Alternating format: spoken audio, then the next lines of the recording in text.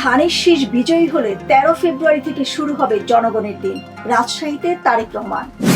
জামায়াতের আমিরের সঙ্গে মার্কিন রাষ্ট্রদূতের সৌজন্য সাক্ষাৎ। সাংবাদিকদের পর্যবেক্ষণে নির্বাচনের স্বচ্ছতা নিশ্চিত হবে সিইসি। দেশের বাজারে স্বর্ণের দামে বড় উত্থান। বাংলাদেশের পাশে থাকার কথা বলে কলম্বোর টিকিট কাটল পাকিস্তান। দর্শক, সোনালী নিউজের আজকের আয়োজন সোনালী সারাদিনের সবাইকে স্বাগত জানাচ্ছি। দিনের শীর্ষ নিউজগুলো নিয়ে সাথে আছি আমি দিলরুবা খান। শুনছিলেন শিরোনাম, এবারে বিস্তারিত। ১২ তারিখ ধানের শীষ বিজয়ী হলে ফেব্রুয়ারির ১৩ তারিখ থেকে শুরু হবে জনগণের দিন। কৃষকদের ১০,০০০ টাকা পর্যন্ত কৃষি ঋণ মওকুফ করা হবে। বৃহস্পতিবার রাজশাহীর ঐতিহাসিক মাদ্রাসা মাঠে নির্বাচনী জনসভায় এ ঘোষণা দেন বিএনপির চেয়ারম্যান তারেক রহমান। তিনি বলেন, গত কয়েক বছর আমরা নিশিরাতের ভোট দেখেছি, আমিঢামি ভোট দেখেছি, এখন আরো একটি মহল ষড়যন্ত্র করছে। জনগণকে ১২ তারিখ সজাগ থাকতে হবে। দেশে অনাকাঙ্ক্ষিত কিছু ঘটলে আইন অনুযায়ী বিচার করতে হবে। জনগণ সজাগ থাকলে ১৩ তারিখ হবে জনগণের দিন। ওই দিন থেকে শুরু হবে মানুষের জন্য কাজ। বাংলাদেশ জামায়াতে ইসলামের আমির ডক্টর শফিকুর রহমানের সঙ্গে সৌজন্য সাক্ষাৎ করেছেন ঢাকায় নিযুক্ত মার্কিন রাষ্ট্রদূত ব্রেট টি ক্রিস্টেনসেন। বৃহস্পতিবার রাজধানীর বসুন্ধরায় জামায়াতের আমিরের কার্যালয়ে এ বৈঠক অনুষ্ঠিত হয়। এ সময় রাষ্ট্রদূতের সঙ্গে দূতাবাসের পলিটিক্যাল ও economic consular Eric Gilman, public officer Monica এল সাই, পলিটিক্যাল অফিসার জেমস স্টুয়ার্ট ও পলিটিক্যাল স্পেশালিস্ট ফিরোজ আহমেদ উপস্থিত ছিলেন। বৈঠকে তারা বাংলাদেশের বর্তমান রাজনৈতিক ও অর্থনৈতিক পরিস্থিতি, শিল্প বাণিজ্য, আসন্ন জাতীয় সংসদ নির্বাচন, রাষ্ট্রীয় সংস্কার এবং রোহিঙ্গা ইস্যু সহ বিভিন্ন গুরুত্বপূর্ণ বিষয়ে মতবিনিময় করেন। আসন্ন জাতীয় সংসদ নির্বাচনকে সামনে রেখে ভয়াবহ ষড়যন্ত্রের অভিযোগ তুলেছেন ঢাকা মহানগর দক্ষিণ যুবদলের সদস্য সচিব রবিউল ইসলাম নয়ন। এক ফেসবুক পোস্টে তিনি দাবি করেছেন, জামায়াতে ইসলামী জাল ব্যালট ছাপানো সহ ভোট কারচুপির নানা প্রস্তুতি নিচ্ছে। অভিযোগের বিষয়ে এখনো নির্বাচন কমিশন কিংবা সংশ্লিষ্ট পক্ষের কোনো প্রতিক্রিয়া পাওয়া যায়নি। বিস্তারিত ডেস্ক রিপোর্টে। আসন্ন নির্বাচনে ভয়ঙ্কর নীল নকশা আঁকছে জামায়াতে ইসলামী বাংলাদেশ। নিজেদের ছাপানো ব্যালট দিয়ে বাক্স ভর্তি করার সকল প্রস্তুতি সেরে ফেলেছে তারা। এমনকি জামায়াতের নারী ও পুরুষ সমর্থকরা নাকি গোপনে বিশাল সংখ্যক জাল ভোট দেওয়ার প্রস্তুতিও সেরে ফেলেছে ইতিমধ্যে। এমনটা জানিয়েছেন ঢাকা মহানগর দক্ষিণ যুবদলের সদস্য সচিব রবিউল ইসলাম নয়ন। বুধবার এক ফেসবুক পোস্টে রবিউল ইসলাম নয়ন বলেন, আগামী জাতীয় সংসদ নির্বাচন নিয়ে ষড়যন্ত্রের গন্ধ ভেসে আসছিল। কিসের ষড়যন্ত্র জানতে খোঁজ শুরু করি। অতি নির্ভরযোগ্য সূত্রে যেটা জানতে পারলাম তা যথেষ্ট উদ্বেগজনক। জানতে পারলাম যে আগামী জাতীয় সংসদ নির্বাচনে জামায়াত জাল ভোট দেওয়ার সব রকম প্রস্তুতি নিচ্ছে। নয়ন আরও বলেন, তারা নির্বাচন কমিশন থেকে তাদের পালিত ও অনুগত প্রশাসনের সহায়তায় মুদ্রিত ব্যালট পেপারের ধরন ও সিরিয়াল নম্বর সহ ভিন্ন ভিন্ন প্রার্থী ও প্রতীকের নাম জেনে একই রকম মুদ্রিত ব্যালট পেপার নিজেদের প্রেসে ছাপিয়েছে এবং সেসব ব্যালট পেপার ইতিমধ্যে দেশের বিভিন্ন প্রান্তে পৌঁছে দেওয়া হয়েছে। ঠিক যেমনটা তারা ঢাকা বিশ্ববিদ্যালয়ের প্রশাসনের সহায়তায় ডাকসু নির্বাচনে নীলক্ষেত থেকে হুবহু ব্যালট পেপার ছাপিয়েছিল। এদিকে জামাতের বিরুদ্ধে নারী ও পুরুষরা গোপনে ২০টা করে জাল ভোট দেওয়ার প্রস্তুতি নিয়েছেন, এমনটা অভিযোগ আনে নয়ন। তিনি বলেন, আরও উদ্বেগজনক তথ্য হলো, আগে থেকে ব্যালট পেপারে সিল মেরে রাখা হবে এবং ফজরের নামাজের পরপর এক একজন ৫টা করে সিলমারা ব্যালট পেপার গোপনে বোরকায় লুকিয়ে পুরুষরা প্যান্টের পকেটে ভরে ভোটের লাইনে দাঁড়িয়ে দ্রুত গিয়ে ব্যালট বাক্স ভরবে। মানে এক একজন ২০টা করে ভোট দিলে ৫ জনের ভোট হবে ১০০। এভাবে দুপুর পর্যন্ত ভোট চলবে। দুপুরের পর তাদের ক্যাডাররা ভোট কেন্দ্রে বিশৃঙ্খলতা ও মব সৃষ্টি করবে, যেন অন্য কেউ ভোট দিতে যেতে না পারে। সাধারণ মানুষজন যেন ভয়ে ভোট কেন্দ্রে ভোট দিতে না আসে। আপনারাও জানেন, এর আগে পত্রিকার খবরে এসেছিল প্রবাসীদের কাছে পাঠানো পোস্টাল ব্যালট সরিয়ে ফেলা হয়েছিল। এছাড়া তাদের নারী সংস্থার কর্মীদের বাড়ি বাড়ি পাঠিয়ে আমাদের নিরীহ মা বোন যারা ভোটার তাদের এনআইডি নম্বর নিচ্ছে, তাদের ফোন নম্বর নিচ্ছে, বিকাশ নম্বর নিচ্ছে। এগুলো সবই ষড়যন্ত্রের অংশ। সুতরাং আমাদের অবশ্যই সজাগ হতে হবে, সব ধরনের ষড়যন্ত্র রুখে দিতে হবে। নাভিদ হাসান, সোনালী নিউজ। নির্বাচনের স্বচ্ছতা ও বিশ্বাসযোগ্যতা নিশ্চিত করতে সাংবাদিকদের ভূমিকার উপর গুরুত্ব আরোপ করেছেন প্রধান নির্বাচন কমিশনার এএমএম নাসির উদ্দিন। তিনি বলেছেন, সাংবাদিকরা নির্বাচন পর্যবেক্ষণ করলে ভোট প্রক্রিয়া আরো স্বচ্ছ হবে। বিস্তারিত ডেস্ক রিপোর্টে। আগামী নির্বাচনের স্বচ্ছতা নিয়ে গুরুত্বপূর্ণ বার্তা দিয়েছেন প্রধান নির্বাচন কমিশনার এএমএম নাসির উদ্দিন।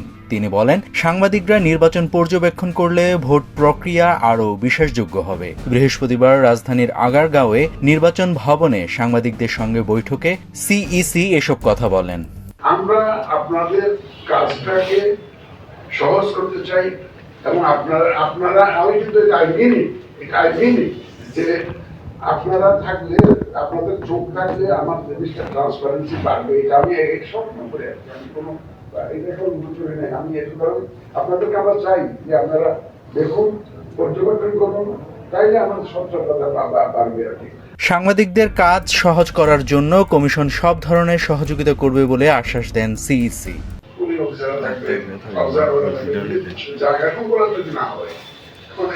এখন একদম বেশি সময় থাকে, যদি সমস্যা সৃষ্টি হয় সেক্ষেত্রে আমরা ক্লিয়ারিফাই করে দিয়েছি ছাত্ররা, সাংবাদিকরা সম্ভব হলে একটু অ্যাকোমোডেট দেবেন। 10 মিনিট কোনো এমন না যে ম্যান্ডেটরি 10 মিনিট বা এর মধ্যে বের করে দিবে, এইটা কিন্তু আমরা না। আর পুলিশ আপনাদেরকে আটকানো হয়েছে বলে না। এ সময় সাংবাদিক নেতারা সাংবাদিক নীতিমালা সংশোধনের দাবির পাশাপাশি ভোট পর্যবেক্ষণের অনুমোদন দেওয়ার অনলাইন প্রক্রিয়া বাতিল করে তা সহজ করার আহ্বান জানান। নাভিদ হাসান, সোনালী নিউজ। স্বর্ণের দামে রেকর্ড, ভরি কত? দেশের বাজারে বড় উত্থান ঘটেছে স্বর্ণের দামে। এবার এক লাফে সবচেয়ে ভালো মানের বা 22 ক্যারেট প্রতি ভরি স্বর্ণের দাম বাড়ানো হয়েছে 16,213 টাকা।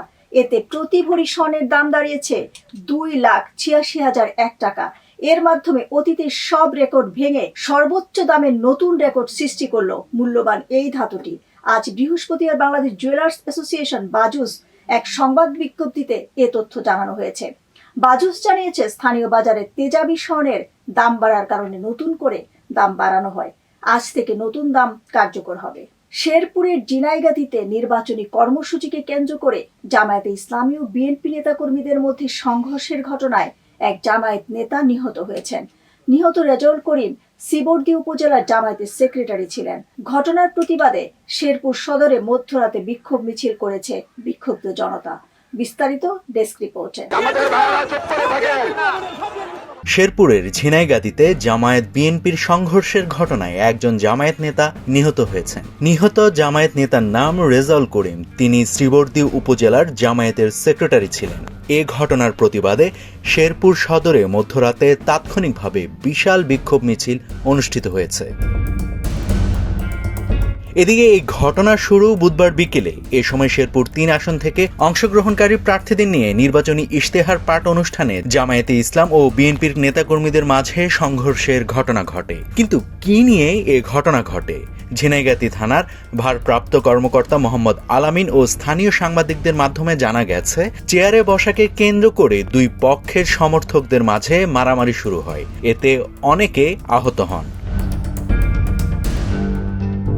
শেরপুরের শ্রীবর্দী থানার ইন্সপেক্টর আব্দুল লতিফ গণমাধ্যমে জানান, ঝিনাইগাতিতে জামায়াত বিএনপির সংঘর্ষে রেজাউল আহত হন। তাকে ময়মনসিংহ মেডিকেল কলেজ হাসপাতালে চিকিৎসার জন্য নেওয়ার পথে তিনি মারা যান।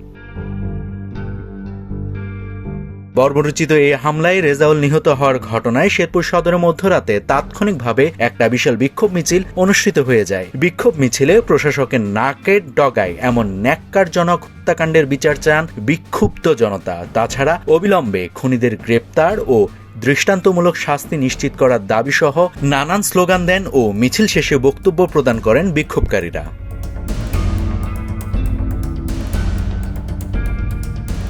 শহরের নামিদামি বিদ্যালয়গুলোকে পেছনে ফেলে জেলা শ্রেষ্ঠ হওয়ার গৌরব অর্জন করেছে ঠাকুরগাঁওয়ের প্রত্যন্ত এলাকার গিলাবাড়ি আদর্শ উচ্চ বিদ্যালয়।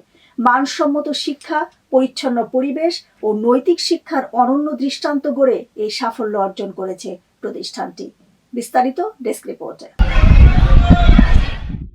শহরের নামিদামি বিদ্যালয়গুলোকে পেছনে ফেলে প্রত্যন্ত ঠাকুরগাঁও থেকে এক অনন্য সাফল্যের গল্প লিখেছে গিলাবাড়ি আদর্শ উচ্চ বিদ্যালয়। আধুনিক সাজসজ্জা আর পরিচ্ছন্ন পরিবেশে এই বিদ্যালয় এখন মানসম্মত শিক্ষার কেন্দ্রবিন্দু। একটি আদর্শ বিদ্যালয়ে যা যা থাকা দরকার তার সবকিছুই যেন এখানে উপস্থিত। মানসম্মত শ্রেণীকক্ষ, পরিচ্ছন্ন খেলার মাঠ, সমৃদ্ধ পাঠাগার, নামাজের সুব্যবস্থা আর মানসম্মত ওয়াশরুম। ডিজিটাল যুগের সাথে তাল মিলিয়ে আধুনিক কম্পিউটার ল্যাব আর নৈতিক শিক্ষায় স্থাপন করা হয়েছে বিক্রেতাবিহীন সততা স্টোর, যেখানে বিশ্বাসই সবচেয়ে বড় কথা।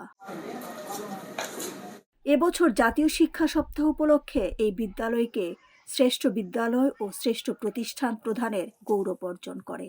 এই নিয়ে দ্বিতীয়বারের মতো এই অনন্য দৃষ্টান্ত স্থাপন করেছে এই বিদ্যাপীঠ।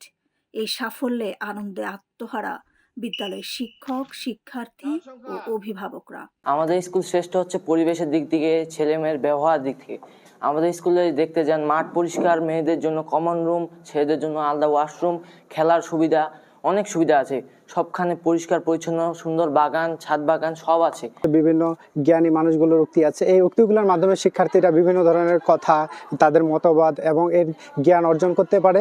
আমরাও এটা শেখানোর চেষ্টা করি যাতে বাচ্চারা আমাদের এই বিদ্যালয়ের মাধ্যমে বিভিন্ন জ্ঞানী গুণী মানুষের যে কথাগুলো আছে সেই ভাবাদর্শ তারা অর্জন করতে পারে। ঠাকুরগাঁও সদর উপজেলার গিলাবাড়ি আদর্শ উচ্চ বিদ্যালয় এবার এই 2025 সালে অর্থাৎ জাতীয় শিক্ষা সপ্তাহ 2026 অনুযায়ী 2025 সালের শ্রেষ্ঠ শিক্ষা প্রতিষ্ঠান হিসাবে নির্বাচিত হয়েছে। শিক্ষার্থীদের বাড়তি যত্ন আর আন্তরিক পরিচর্যায় রাখেন শিক্ষকরা, তাই এমন সাফল্য বলে মনে করেন প্রধান শিক্ষক। জেলার 400 বিদ্যালয়ের মধ্যে ঠাকুরগাঁও সদর উপজেলার গিলাবাড়ি স্কুলকে সরকারি মাধ্যমিক বিদ্যালয়ের ক্যাটাগরিতে আমরা শ্রেষ্ঠ শিক্ষা প্রতিষ্ঠান হিসেবে নির্বাচিত করেছি। এর আগেও এই বিদ্যালয়টি আরও একবার এই কৃতিত্ব অর্জন করেছিল। শ্রেষ্ঠ বিদ্যালয় নির্বাচনের ক্ষেত্রে আমরা যে বিষয়টাকে প্রাধান্য দিই যে এই স্কুলের শৃঙ্খলা কেমন, প্রশাসনিক বিষয়াদি কেমন, জাতীয় দিবসগুলোতে তার অংশগ্রহণ, মাল্টিমিডিয়া ক্লাসরুম, সৃজনশীল আরও বিভিন্ন কাজ, শিক্ষক শিক্ষার্থীর অনুপাত, শিক্ষার্থীদের ফলাফল এবং শিক্ষকদের শিক্ষাগত যোগ্যতার বিষয়গুলো নির্ধারণ করে শ্রেষ্ঠ প্রতিষ্ঠান হিসাবে আমরা নির্বাচিত করি। 1994 সালে মাত্র 25 জন শিক্ষার্থী নিয়ে যাত্রা শুরু হয়। বর্তমানে আছে 350 শিক্ষার্থী, যার বিপরীতে রয়েছেন 13 জন শিক্ষক। গিলাবাড়ি আদর্শ উচ্চ বিদ্যালয়, যেখানে শিক্ষা মানে শুধু পাঠ্য বই নয়, মানুষ হওয়ার সম্পূর্ণ প্রস্তুতি। ডেস্ক রিপোর্ট, সোনালী নিউজ। এবারে আন্তর্জাতিক সংবাদ।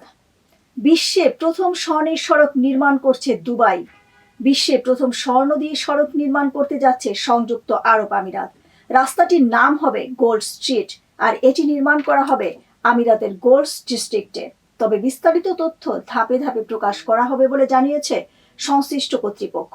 মঙ্গলবার আনুষ্ঠানিকভাবে দুবাই গোল্ড ডিস্ট্রিক্টের উদ্বোধনের সময় এই ঘোষণা দেন রিয়েল এস্টেট ডেভেলপার প্রতিষ্ঠান ইথরা দুবাই। হোম অফ গোল্ড নামে প্রতিষ্ঠিত গোল্ড ডিস্ট্রিক্টে স্বর্ণ ও গয়না শিল্প সংক্রান্ত সব কার্যক্রম এক ছাদের নিচে আনার পরিকল্পনা করা হয়েছে। এর মধ্যে খুচরা ও পাইকারি বাণিজ্য, বুলিয়ন ট্রেড, বিলিয়ন স্বর্ণ ব্যবসা এবং সংশ্লিষ্ট লাইফস্টাইল খাত অন্তর্ভুক্ত থাকবে। এবারে খেলার সংবাদ। বাংলাদেশের পাশে থাকার কথা বলে কলম্বোর টিকিট কাটল পাকিস্তান। বাংলাদেশের প্রতি অবিচার হয়েছে দাবি করে বিশ্বকাপ বয়কটের হুমকি দিয়েছিল পাকিস্তান। তবে সেই কঠোর অবস্থান থেকে সরে এসে শেষ পর্যন্ত টুর্নামেন্টে অংশ নিতে যাচ্ছে পিসিবি। বয়কটের গুঞ্জনের মধ্যে জানা গেল আসন্ন টি-20 বিশ্বকাপের জন্য কলম্বোর টিকিট কেটেছে পাকিস্তান দল। টেলিকম এশিয়া স্পোর্টসের এক প্রতিবেদনে বলা হয়েছে পাকিস্তান দলকে ইতিমধ্যেই বিশ্বকাপের পূর্ণ প্রস্তুতি নিতে বলা হয়েছে। এমনকি সালমান আলী আঘার নেতৃত্বে পাকিস্তান দলের কলম্বো যাওয়ার ফ্লাইটও বুক করা হয়েছে। সব ঠিক থাকলে অস্ট্রেলিয়ার বিপক্ষে চলমান সিরিজ শেষ করে অজিদের সঙ্গে কলম্বো যাবে পাকিস্তান দল। এবারে বিনোদন সংবাদ। বলিউড ও টলিউডের কোটি ভক্তের মনে এখন একটাই প্রশ্ন, তাহলে কি আর অরিজিৎ সিং এর কণ্ঠে নতুন সিনেমার গান শোনা যাবে না? জনপ্রিয়তার শীর্ষে দাঁড়িয়ে হঠাৎই প্লেব্যাক গান থেকে সরে দাঁড়ানোর ঘোষণায় তোলপাড় সৃষ্টি করেছে এই জনপ্রিয় সঙ্গীত শিল্পী। বিস্তারিত ডেস্ক রিপোর্টে।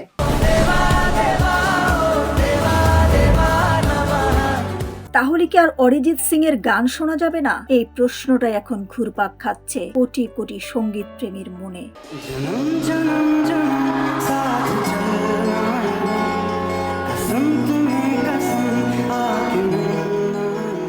ভারতীয় সঙ্গীত জগতের অবিসংবাদিত সম্রাট অরিজিৎ সিং, যার কণ্ঠে প্রেম বিচ্ছেদ আর আবেগ পেয়েছে নতুন ভাষা, হঠাৎ করেই এমন এক ঘোষণা দিলেন যা পুরো বিনোদন দুনিয়ায় তোলপাড় ফেলে দিয়েছে।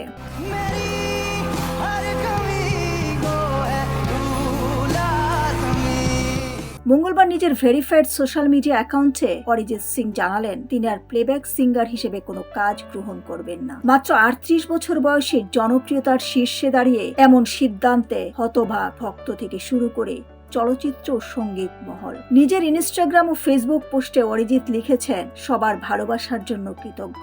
আজ জানাচ্ছি আমি আর নতুন কোনো প্লেব্যাকে কাজ নেব না। এই যাত্রা ছিল অসাধারণ।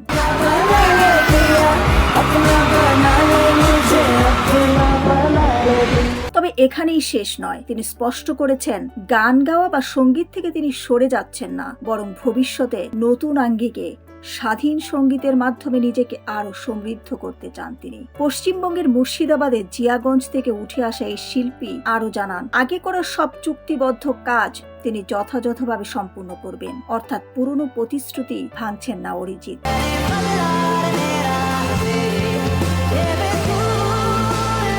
অনেকের প্রশ্ন, অরিজিৎ কি এবার পুরোপুরি ইন্ডিপেন্ডেন্ট মিউজিকেই মন দিচ্ছেন, নাকি এটি আরো বড় কোনো পরিবর্তনের ইঙ্গিত?